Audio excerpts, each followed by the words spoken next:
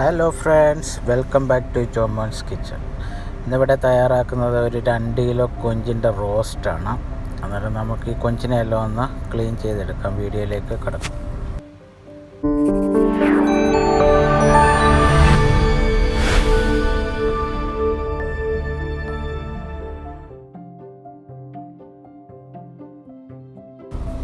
ഇപ്പം കൊഞ്ചെല്ലാം ക്ലീൻ ചെയ്ത് വൃത്തിയാക്കി കഴുകി എടുത്തിട്ടുണ്ട്.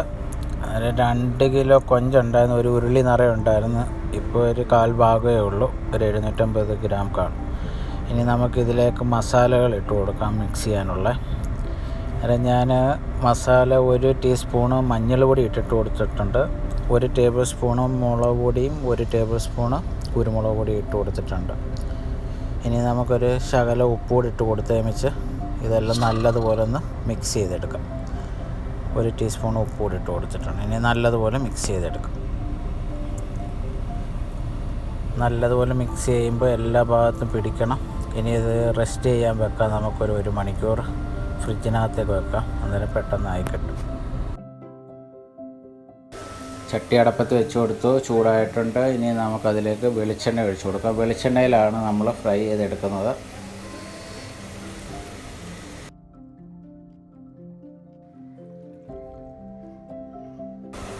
എണ്ണ ചൂടായിട്ടുണ്ട്. നമ്മൾ പുരട്ടി വെച്ചിരുന്ന കൊഞ്ച് അതിലേക്ക് ഇട്ട് കൊടുത്ത് ഫ്രൈ ചെയ്തെടുക്കാം.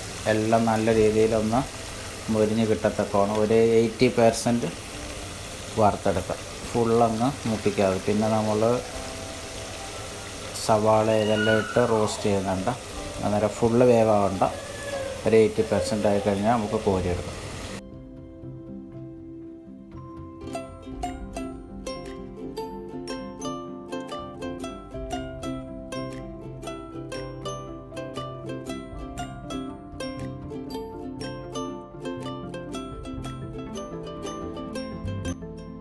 അടുത്ത ട്രിപ്പ് കൊഞ്ചൂടെ ആയി വരുമ്പോഴത്തേന് നമുക്ക് ചേരുവകൾ വേണ്ടുന്നത് കൊച്ചുള്ളി കുറച്ചെടുത്തിട്ടുണ്ട്, പിന്നെ ഇഞ്ചി 1 കഷ്ണം എടുത്തിട്ടുണ്ട്, 10 അല്ലി വെളുത്തുള്ളി എടുത്തിട്ടുണ്ട്, 5-6 കഷ്ണം പച്ചമുളക് നടുകെ പൊളുന്നതുണ്ട്, 2 മീഡിയം സൈസ് തക്കാളി പൊളുന്നതുണ്ട്. അതിൽ ഇത്രയാണ് നമുക്ക് ആവശ്യമായിട്ടുള്ളത്. കൊഞ്ചെല്ലാം ഇപ്പോൾ ഫ്രൈ ചെയ്തെടുത്തിട്ടുണ്ട്. ഇത്രയേ ഉള്ളൂ. ഇനി പിന്നെ ഒരു 2 മീഡിയം സൈസ് സവാളയോടെ കട്ട് ചെയ്തെടുത്തിട്ടുണ്ട്. ഇനി നമുക്ക് ചട്ടിയിൽ ആ സെയിം വെളിച്ചെണ്ണയിൽ തന്നെ ഇനി ഉണ്ടാക്കിയെടുക്കുന്നത്. ചട്ടിയൊന്നും കഴുകി കളയേണ്ട കാര്യമില്ല. അന്നേരം കൊച്ചുള്ളി നമ്മൾ പൊളന്ന് വെച്ചത് അതിലേക്ക് ഇട്ട് കൊടുക്കുകയാണ്. ഒരു 100 ഗ്രാം കൊച്ചുള്ളി എടുത്തിട്ടുണ്ട് ഞാനിവിടെ.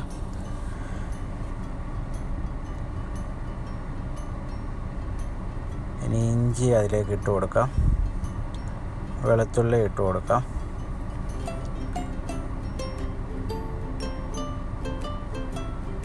കീറി വെച്ചിരിക്കുന്ന പച്ചമുളക് കൂടെ അതിലേക്ക് ഇട്ട് കൊടുക്കാം.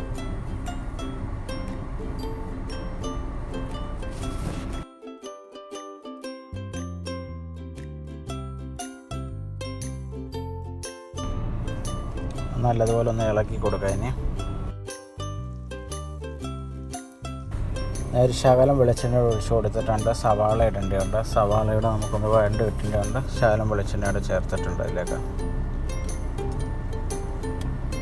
സവാളയെല്ലാം ഇട്ടിന് നല്ലതുപോലെ ഒന്ന് മിക്സ് ചെയ്തെടുക്കാം. പാകത്തിന് ഉപ്പുകൂടി ഇട്ട് കൊടുക്കാം. ശകലം കറിവേപ്പിലൂടെ ഇട്ട് കൊടുക്കാം. ഉള്ളിയെല്ലാം വഴണ്ട് വന്നിട്ടുണ്ട്. അരിഞ്ഞു വെച്ചിരിക്കുന്ന തക്കാളി ഇതിലേക്ക് ചേർത്ത് കൊടുക്കാം.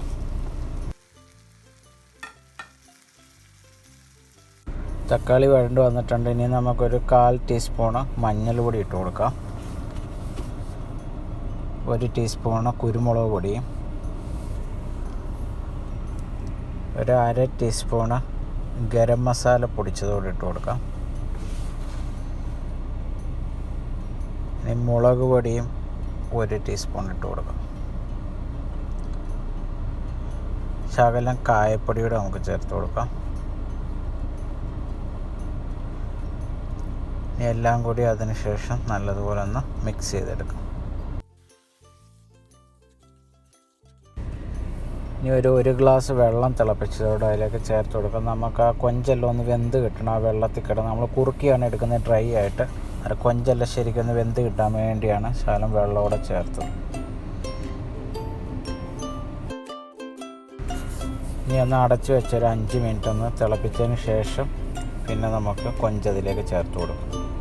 ഏകദേശം 5 മിനിറ്റ് ആയിട്ടുണ്ട്. ഇനി വറുത്ത് വെച്ചിരിക്കുന്ന കൊഞ്ചതിലേക്ക് ഇട്ട് കൊടുത്ത് മിക്സ് ചെയ്ത് നമുക്ക് ഡ്രൈ ആക്കി എടുക്കാം.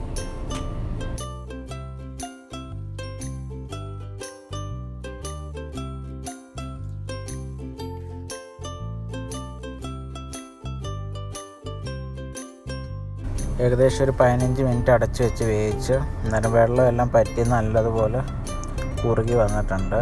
എണ്ണയിൽ കിടന്ന് തിളച്ചുകൊണ്ടിരിക്കുകയാണ് കൊഞ്ച്. വെള്ളമെല്ലാം വറ്റി നല്ല റോസ്റ്റായിട്ട് കിട്ടിയിട്ടുണ്ട് നമ്മുടെ കൊഞ്ച്. ഇനി ഒരു പാത്രത്തിലേക്ക് നമുക്ക് സെർവ് ചെയ്യാം. അപ്പോൾ വീഡിയോ എല്ലാവർക്കും ഇഷ്ടമായെന്ന് വിചാരിക്കുന്നു. ഇഷ്ടമായെങ്കിൽ ലൈക്ക് ചെയ്യുക, ഷെയർ ചെയ്യുക, കമൻറ്റ് ചെയ്യുക, ചാനലൊക്കെ ഒന്ന് സബ്സ്ക്രൈബ് ചെയ്യുക. ഓക്കെ, വീണ്ടും നല്ലൊരു വീഡിയോയുമായിട്ടും കാണുന്നവരെ സ്റ്റേ സേഫ്. ബൈ.